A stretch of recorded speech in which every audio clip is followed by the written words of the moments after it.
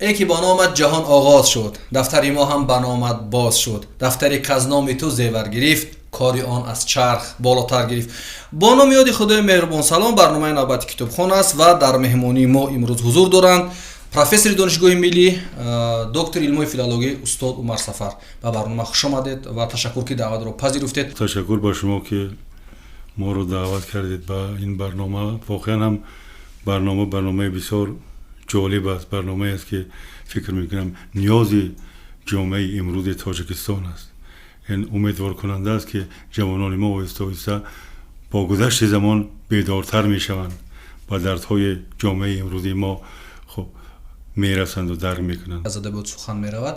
گروه از جوانان، گروه از نفرانی که این برنامه رو تماشا میکنند همیشه یک رد و بدل های میشود و این سوال پیدا میشود که همین ادبیات چی خدمت میتواند برای یک جامعه بکند؟ ادبیات در صورتی که بیشتری کشورهای دنیا امروز پیش میروند، ترقی میکنند و حتی فضای کیهانی را فتح میکنند. وقتی که سخن از ادبیات در میان میافتد، درباره نقش ادبیات در میان میافتد، حتما به ذهن میرسد که باید این ادبیاتی که مردم از آن جانبداری میکنن یا اینکه در اطراف صحبت میکنن چی شباهت های با ادبیات جهان دارد. چرا یک عده از کشورهایی که ادبیات پیشرفت ندارند یا شاید داشته باشند اما توجه زیاد به آن نیست، ولی در هر صورت آنها پیشرفت زیاد کردند. اما سوال برمیگردد باز به همون قانونی که ما و شما زندگی میکنیم، با اون سرزمینی که ما زندگی میکنیم، سرزمینی که مردمی که در فرهنگ دیگری با تربیت شده است، فرهنگی که کاملا از فرهنگ دیگر قوم و ملت ها چه دارد؟ فرق دارد. مخصوصا در زمینه ادبیات و مخصوصا در زمینه شعر، چون ما با همین شعر بزرگ شدیم. شعر در متن زندگی ما جایگیر است. برای همین وقتی که از هر موضوعی که صحبت می شود خواسته و ناخواسته اینا رو چکار میکنن؟ به این شعر پیوند میدهند، به ادبیات پیوند میدهند. در صورتی که زمان امروز تقاضا میکند که باید برخورد با این ادبیاتی که ما توقع زیادی از این ادبیات داریم دگرگونه باشد. این برخورد باید از چهار دیوار خانواده شروع شود، برود دامن مکتب و بعداً در دامن جامعه و در دامن دانشگاه و دیگر که تا اینکه این بارآور باشد. نه اینکه فقط ما درباره ادبیات صحبت کنیم، درباره ادبیاتی که گویا که مثال ترویجگر و مثال تبلیغگری احساسات وطنداری و تمام احساسات نیکی و دیگر است. فقط اینکه این تبلیغ و ترویج کنیم اما وقتی که انگیزه نباشد. مثال وقتی که میگوید که مثال ما وطن را باید دوست بداریم، آیا با همین وطن را دوست داشتن آدم میتواند که وطن دوست شود؟ من فکر میکنم که نه. باید به خاطر اون که ما وطن دوست باشیم باید ما درک کنیم ما انگیزه دوست داشتن این مردمان برای ما چه باشد، برای ما هویدا باشد. یک ایده دیگه در جامعه وجود دارد که میگن همین شعر زدگی و ترغیب احساسات چی در ادبیات کلاسیک گذشته چی در ادبیات امروز، مخصوصا بخش شعر یک کمی ما رو مردم احساسی و نمیدونم تخیلی کرد و ما از واقعیت های زندگی کنار رفتیم. شما با چه اندازه با این اندیشه رو زیاده میتونید اینقدر روی این ادبیات تحقیق کردید که مخصوصا هم شعری گذشتگان ما بود گویا اونا فقر از همه چی بالا میدونستند و احساسی بودند و خیالی بودند، یا مثلا از که درباره وطن دوستی گفتید، یعنی همه چیز در یک احساس شعر ifade میکردن و به همین دست روی دست میموندن، میشتن دیگه مثلا کاری برای پیشرفت و ترقیات نمیکردن. این اندیشه صحت داره یا نداره؟ من با اندازه میتوانم با این راضی شد، اما در هر صورت شعر کلاسیک ما فقط احساس نبود، فقط تنها از احساس عبارت نبود. شعر این معرفت بود، معرفت جهان بود، معرفت خود انسان بود، در مجموع زندگی ما بود. اما اگر از نگاه امروز نگاه کنیم، به خاطر که این شعر امروز هم کار را باشد، امروز هم ما بتوانیم که از آن بهره برداری کنیم، باید این شعر شیوه آموزشش، شیوه برخورد با شعر دیگرگونه شود. مثال امروز مجبور میکنه که مثال غزلی از حافظ حفظ شود، از سعدی حفظ شود، از دیگر حفظ شود، حفظ میکنند، خیلی زیبا قرائت میکنند، اما سخن از چی است؟ مثال منظور چی است؟ حافظ چی میخواهد بگوید یا سعدی چی میخواهد بگوید؟ این تعبیر در اون چی دارد، چی معنی دارد، برای اون چی نیست، مثال معلوم نیست. افسوس که این در تمام مکتب میانه ادامه پیدا میکند، میخونن مثال میخونن، اما محتوا چی است، درون مایه چی است، چی سودی از این برمیآید، اطراف این صحبت نمیشود. بسیار درست اشاره کردید که ما درباره مولانا صحبت میکنیم، درباره حافظ صحبت میکنیم، جشن ها میگیریم، اما این که مثال اونهایی که مثال مثنوی رو خوانده باشن، اینایی که غزلیات مثال مولانا رو خوانده باشن، ما انگشت‌شمار هستند. چون این آموزش این مولانا، آموزش غزل، باید گفتیم که از دامان مکتب، از خانواده و بعد در دامان مکتب باید رویش زیاد چه شود، تکیه شود تا اینکه نتیجه بده. تا زمانی باید یک دانشجو، چه بگیم که یک طلبه، یک خواننده، تا زمانی با او باید او رو راهنمایی کرد که یک انگیزه و یک احساس، یک مثال مستقلیت ذهنی در نهادی و در ذهنی او ایجاد شود، شوق در او بیدار شود. اونگاه می شود که خود او آهسته آهسته برای بازنمودن مثال چه بگیم که گوشه های ناگشوده ذهنش خودش سعی و تلاش کنند. یک مقاله درباره مولانا خوندم، میگه تنها در اروپا 300 مرکز مولانا شناسی موجود است و کشورهایی که قدرتن در جهان قدرت نمایی میکنند و عصر تکنولوژی است و با سرعت پیش میروند. در همین عصر رقابت تکنولوژی آموزشی مثلا حافظ بیدل و فردوسی و رومی میتواند ما را تحریک برای پیشرفت بدهد و یک ذهنهای ما را برای ترقی کردن، برای رشد آوردن به جنبش بیارد اگر تحلیل درست شود. شما چی فکر دارید در این موضوع؟ باز میگیم که مثال من کاملا چی هستم، کاملا باوری دارم، اطمینان دارم که امروز مثال افکار و اندیشه هایی که در جهان اندیشه و در دامن مثال نگاشته های مولانا است، امروز هم نوی دارن، یا اینکه در حافظ است، یا اینکه در مثال فردوسی است.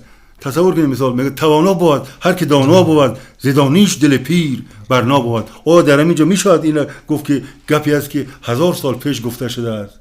امروز بیش از هر زمان دیگری این بیان کننده و مثال انعکاس کننده زمان امروزی ما است. توانایی قدرت در دانش است، توانایی در دانایی است. حتی نمیگه دانشمند و توانا بود، هر کی دانا بود، زیرک بود. بله. دومی که تحلیل باید درست شود، تحلیل فهمیش درک درست شود، برداشت درست شود. فقط مثال خواجه باغداران برای این نباشد که مولانا میگه تو مگو همه به جنگ اندازی صلح من چه آید، تو یک نه هزاری تو چراغ خود برافروز. بله. یعنی تفسیر و شرح اینا باید هم معاصر باشد، بیدار کننده باشد، تحریک دهنده باشد. و از اون که مردم که نمیخونن، درست نمیفهمن، شاید اونا فکر میکنن که سبب عقب ماندگی یک جامعه این در شعرش است و در ادبیاتش و در فرهنگش است. حالا من فکر نمیکنم که ادبیات ما رقابت پذیر با ادبیات فرانسه یا نمیدونم آمریکا یا اروپا نباشه. نه، ادبیات داریم که در این زمینه‌ها در جاهای بتواند با آنها رقابت کند.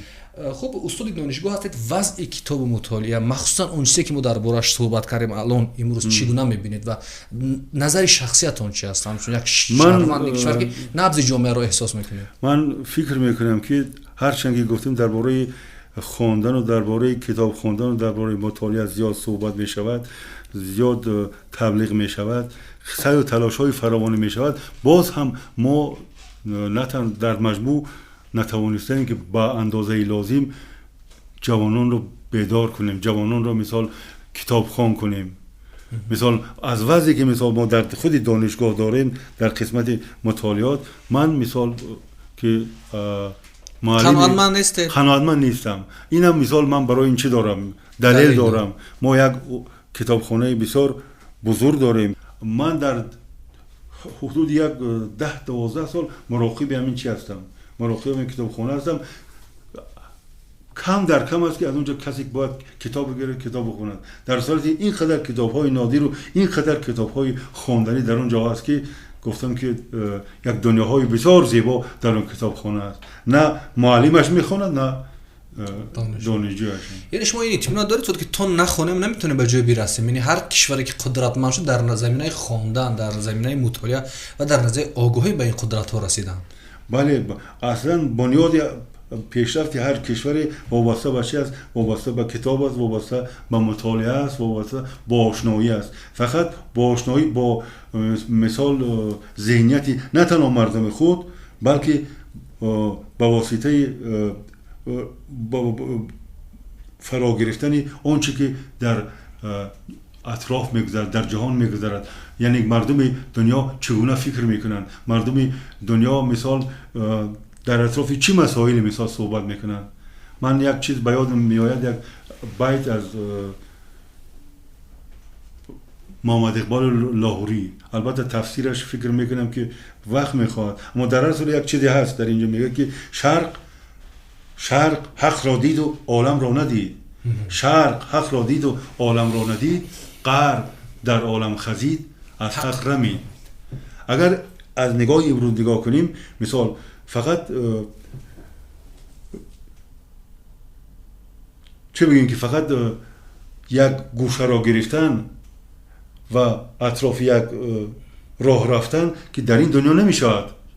باید دنیا را شناخت. به خاطر زندگی کردن باید که زندگی را بسازی، زندگی را زیبا بسازی. برای این زندگی را زیبا ساختن و زیبا زیستن باید دست به چی داشته باشی؟ دست به مطالعه داشته باشی. به مطالعه نمیشود پیشرفت کرد. این دنیایی که ما امروز در سینه آن زندگی میکنیم یک جا نشستن و با چرت زدن و مثال اندیشه کردن رو دوست ندارد. اندیشه لازم است، اما در ردیف اندیشه کردن باید که دست از کتاب برنداری. همون وقت مثال وقتی که هم مطالعه است هم اندیشه، آن وقت این اندیشه چی میشود؟ اندیشه نیروی زایندگی پیدا میکند، چیزهای تازه کشف میکند. اگر مطالعه نباشد هیچی. من فکر میکنم نسل شما یک امید داشت وقتی که میخوندید، در زمان شما یک امید بود، یک حرکت بود به یک آینده بهتر. فکر میکنید در ضمیر نسل ما چی چیز است که ناامیدی رو بیدار میکند و میگن خواندن اصلا به چی دردی میخورد؟ در مجموع مثال چنین اندیشه های من فکر نمی کنم که مثال فقط مال جوانان ما باشند یا که مال جامعه ما باشد. دنیا به طور عموم مشکل دارد، خیلی مشکل بزرگ دارد. آن چیزی که مثال جوانان ما اون را دارند، جوانان دیگر کشورها شبیه این یک چیز دیگری دارند. فقط باید وقت بگذرد تا اینکه یک پاسخ چه بگیم که قانع کننده پیش بیاید. اما یک سیاست های هست که باید اصلش و سرچشمه است تجدید شود. باز یک پیوند میان خانواده، میان جامعه، میان دانشگاه، میان مکتب باشد. یعنی پیوندها باید خیلی نزدیک باشه. خیلی چیزهای هست که همین پیوندهای هست که امروز فکر میکنم که یک ناتوان شدن، ضعف پیدا کردن و این باز شعور و چه بگیم که استعداد و باز ذهن خود همین جوانان هست که یک روز با اصلاح را کلید این اصلاح را چه بگیم داروی این اصلاح، داروی این در را پیدا میکند. اما فکر میکنم که امروز دانشگاه باید زیاد در اینجا پیشرفت باشد چون نیروهای زیادی است در جنب دانشگاه. من فقط دانشگاه خودم رو در نظر دارم، در دیگر دانشگاه ها، اما ارتباط و پیوند و یک چه بگیم که یک همبستگی به طور لازم میان آنها نیست. زمانی بود که در علم و دانش همین دانشگاه ها بودن که گپی حرف اول هم میزدن. یعنی یک آدم دانشگاهی یک آدم معتبر بود، یک معلمی دانشگاه یک شخصیت خیلی معتبر بود. اونها پیش برنده همه نوعی فرهنگ، اجتماعیات، حتی اقتصاد و سیاست معین میکنن، یعنی با پیش حرکت کردن جامعه. و چون که این دانشگاه هم امروز اون جایگاه قبلی خود ندارند، یعنی اون جایگاهی که زمانی پیش داشتن نداشتن. معلم اون جایگاه پیشگاهی که خودش داشت ندارد. چیکار باید کرد که این جایگاه ها رو به جای خودش برگردونه؟ نکته هست که از همون باید شروع کرد، از معاش باید شروع کرد، چون برای آنکه روزگار تامین باشد یعنی بی‌نیازی تا جای رفع گردد. دوم، اگر در دامن هم مکتب ها و هم دانشگاه نگاه کنیم، باید در انتخاب کادرها باید اشتباه نشود. چیزی اساسی است. چیزی اساسی، چون یک نفر نالایق، یک نفر ناشایست میتواند که یک بنایی که سالها بنا شده است، یک نظامی که سالها با کمال پختگی و با سرحد چه بگیم که با سرحد با دامن مطلوبش، با دامن خواستنیش رسیده است، اونو میتواند که از بین برد. ما در این قسمت در خود دانشگاه شاهد زیادی داریم، اونایی که هم از نگاه ذهنی و هم از نگاه اندیشه و هم از نگاه دانش لیاقت راهبری نداشتند، آمدن اون یک سمت را گرفتن و کاملا همه را خراب کردن. بله. البته این چیزی واقعیت هست، این یک چیزی است که ما میبینیم گاه در جامعه سر میزند. نقش شخصیت ها در پیشبردی یک جامعه فرهنگی، یک جامعه معنوی تا چه حد ضرور است. یعنی ما اگر در جامعه شخصیت های با وجود بیان و اونها شخصیت شوند، همین نقش شخصیت ها در کتاب مطالعه تا کجا مهم است، در خواندن هم، در دانش هم، تا اونها الگو باشن که دیگرها از پسشون بیرون و اونها تبلیغ شوند که من همین انسان از پشت دانش، از پشت مطالعه، از پشت خواندن به همین جا رسید و اونها جمعیت از پسشون میبرن. آیا مهم است نقش شخصیت ها در خواندن؟ اصلا شخصیت، وجود شخصیت در امتداد زمان، در امتداد تاریخ همیشه مهم بوده و باید که باشد.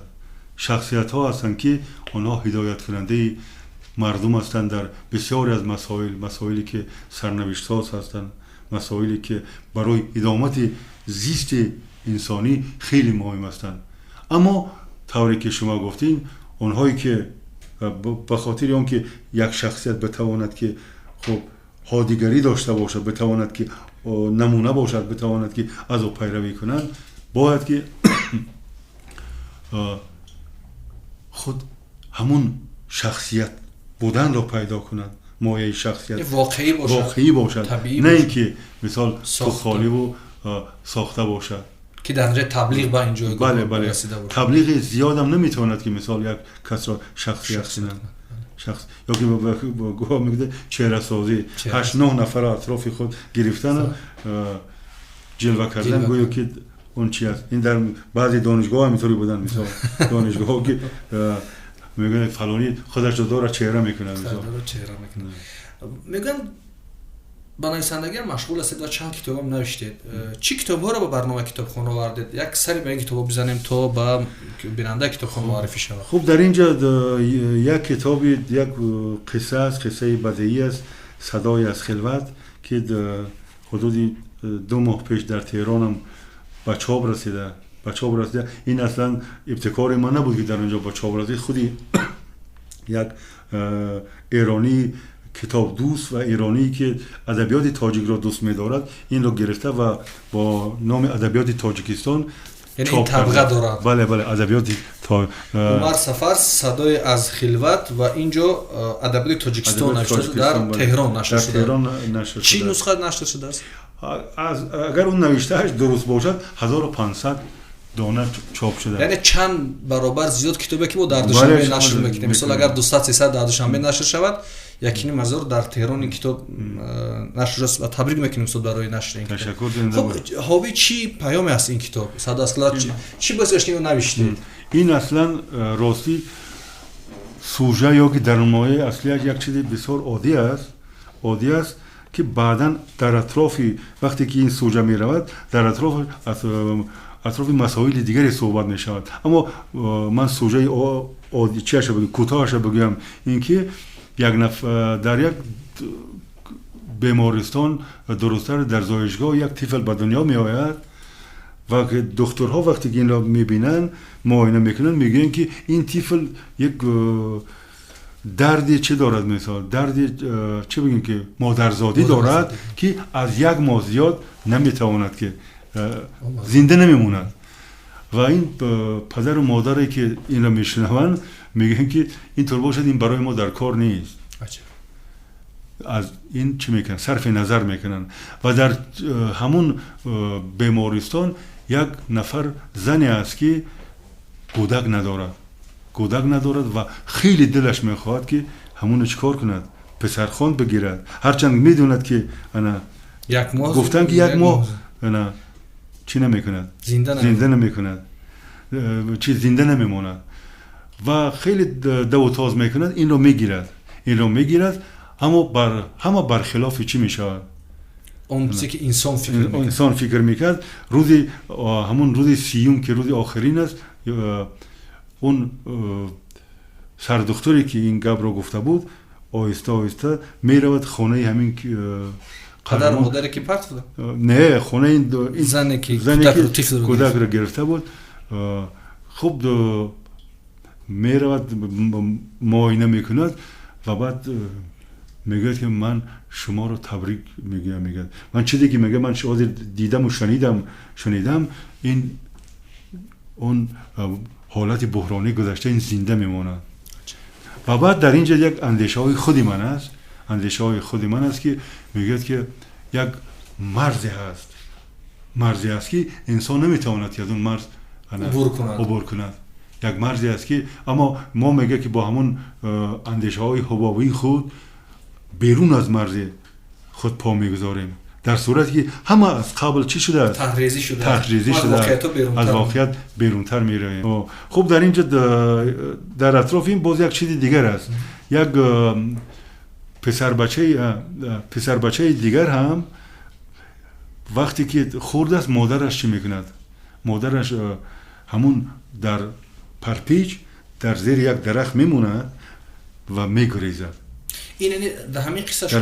است همش یک قصه میرود مثل قصه که الهیده تعریف ها دارد یعنی قصه گوناگون است نه این یک پیوند دارد با اون قصه کدا بعد این پیدا میکنن میارن در پرورشگاه بعد بزرگ میشود و این پسر چی میشود هم رسا میشود و هم رسا میشود و وقتی که یک رسم رو میکشد میارد پیش رئیس همون پرورشگاه نه علاقه اونجا این پرورشگاه کودکستان بود بعد اون بود بزرگتر کشیدن باغچه بچگان میگه قصه کدا میارد نشان میداد بیرون بر اومدن که مهمون اون که میگه که این میگه این یک بچه‌ای که بود که مادرش اینو چی کرده بود پرت افتاده بود این میره میشنود و میرود عکس میکشد نه عکسی که همون درخت سفیدار بچه‌اش یعنی کودک وقتی این قصه رو قصه خودش رو تصویر میکنه و بعد زیرش یک شعر می نویسد همون شعر این چیز من است خیال من است اما همون حالتی که چی کرده است میگه که شهادت بده ای درخت از آن زنی خوبی نادیده بخت همانی که آمد کنارت سحر که پای وجودت گذارد گوهر بگو ای سفیداری قامت بلند زیدیداری آن زن چه داری بیاد چا گفت با شاخ و با برگ تو زمانی که طفلش امانت نهاد بگو ای سفیداری سبزی نجان بگو قصه ها زان زنی خسته جان چرا گودک خیش را جا گذاشت وجودش امیدش به صحرا گذاشت بگو ای سفیدار چشمش هنوز پر از غم پر از آب ولی بردر است که شاید زمانی شود باز در آید همون زن کیم مادر است یعنی هر چند که مادرش هم که ندیده باز هم با امیدی است که زمان در باز می شود مادرش ورود خانه می شود یعنی این قصه که شما استاد گفتید و در کتاب نشر کردین نوشتید این درد امروزی است یعنی هر جامعه این گونه دردها دارد که بسیاری از طفلان به دنیا میآیند و گاه این حادثه رخ میدهد که مادرشان آنها رو میپرتایند و خیلی قصه دردآور است خب با چی چیزهای دیگر استاد نوشتید میخواستم با معرفی دیگر بگذاریم خب اینجا یک کتابی داریم با نام فلسفه دوست داشتن مجموعه مقالات است که در چند سال اخیر گردآوری شدن نوشته شدن گردآوری شدن در این کتاب گرد آمدن اصلا مقاله نوشته خودتون بله مقاله ما هستن که هم درباره ادبیات معاصر تاجیک است درباره بعد مقالات عمومی درباره خب وطنداری و دیگر و بعد مقالاتی است که درباره ادبیات ایران است در اینجا. این روی ادبیات ایران هم تحقیق کرده. چون گفت در این است که من اصلا تحصیل کرده شعبه فارسی سابق فاکولته شرق شناسی بودم و از سال 1983 که این دانشگاه رو ختم کردم تا با این رو در همین فاکولته در شعبه فارسی در کاتدرای فارسی از ادبیات زبان فارسی درس میگویم و این کتاب بازم درباره ادبیات معاصر ایران است، شعر فارسی در عهد جدید، یعنی از آغاز انقلاب مشروطه و بعد. ببینید استاد، ایران هم یک کشور خیلی قدرتمند است در منطقه و همین شعر معاصر ایران چی تأثیر داشت روی اون جامعه؟ یعنی وقتی شما تحقیق کردید روی جامعه ایران چی تأثیر داشت شعر معاصر ایران؟ یعنی شعری خیلی بلند بود، شعری خوب بود، چی شعری بود با فکر شما؟ چون مقایسه با جامعه خودمون بعداً شود. مثال ما در آغاز صحبت گفتم که اصلا ما بزرگ شده با شعر هستیم، اما در قیاس با ما مردم ایران که فکر میکنم که در این دیگ بیشتر جوشیده. اگر ما در شعر زمان انقلاب مشروطه را بگیم، شاعرانی که محض در همین دوران مشروطه وارد میدان شدن و شعر سرودن، فروخی یزدی، میرزاده عشقی، این میرزاده عشقی، ایرج میرزا، ملک الشعرا بهار، بسیاری از این شاعران جامعه را با پا خیزون. با شعر اینها آنها دست و چه رفتن به سوی جبهه رفتن و بسیاری از این شاعران در همین راه با شعرشان به قول استاد لایق بازار صابر شعر در لب چیکار کردن؟ جان دادن، آنها را کشتن. مثال فروخی یزدی را در زندان لبانش را دوختن، زبانش را. و یک شعرم دارد که شر این قصه شنو از دو لبی دوختم تا بسوزد دلت از بحر دل سوختم. و عاقبت هم با این شپریت میگن، اونا چیکار کردن؟ هوا را داخل شاورگش کردن و رو کشتن. میرزاده عشقی را در خانهش مثال تیرباران کردن. به خاطر چی؟ به خاطر شعرشون، به خاطر شعری که جامعه بیدار کننده چی بود؟ جامعه بود. شما چی پیام، چی اندیشه برای مطالعه کردن، برای کتاب خوندن، برای آنکه جامعه ما رو به خواندن و آگاهی بیشتر بیارن، همچنین یک استاد دانشگاه، پروفسور دانشگاه، چی گفتنی هستید به مردمی که الان شما را تماشا میکنند؟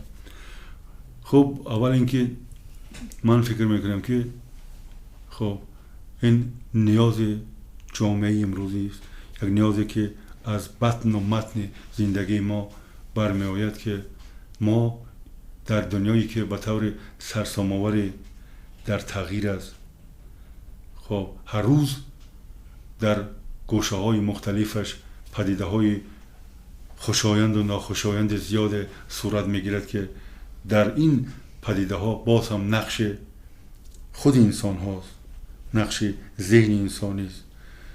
فکر میکنم که هر کس باید بشناسد. چرا بشناسد؟ این را بشناسد که در چه مقطعی از زمان زندگی میکند، کشور و مردمش در چه مقطعی زندگی میکند و چگونه میتواند که در این جریان با این جریان خود را سازگار سازد برای پیشبرد و برای دگرگون ساختن آن داشته های خود. از چی شیوه و از چه راهی میتواند که استفاده کند. این یک. و آخرین نکته‌ای که من میخواهم بگویم، یک شعر بسیار دوست داشته دارم از محمد اقبال لاهوری که میگه که فقط انسان با 3 چیز تکیه ور باشد. نخست با ذهنیت خود تکیه ور باشد، دوم با ذهنیت دیگران، با دید دیگران، با اندیشه دیگران، با دانسته دیگران و سوم با نیروی خداوند. اونگاه زندگی میشه تغییر کرد، اونگاه میتواند که زندگی خود را بسازد و زیبا بسازد. زندگی خود را به خود آراستن، از وجود خود شهادت خواستن. زنده ای یا مرده ای یا جان به لب، از سه شاهد کن شهادت را طلب. شاهد اول شور خیشتن، خیش را دیدن به نور خیشتن. شاهد ثانی شور دیگره، خیش را دیدن به نور دیگره. شاهد ثالث شور ذات حق، ذات را دیدن به نور ذات حق. بر مقام خود رسیدن زندگی است، ذات را به پرده دیدن زندگی است. خلاصه خوب گفتم با شعر محمد اقبال لاهوری. هدف برنامه کتابخانه همین است که ما به همون مقام انسانی خود، با همون جایگاه انسانی خود در زمینه مطالعه، در نتیجه خواندن، در نتیجه آگاهی برسیم و باشد که مردم ما هم روز برسد که یکی از سرمطالعه ترین مردمی جهان باشند. این برنامه کتابخانه بود. تا برنامه آینده خدایا و مددگارتان. خداحافظ.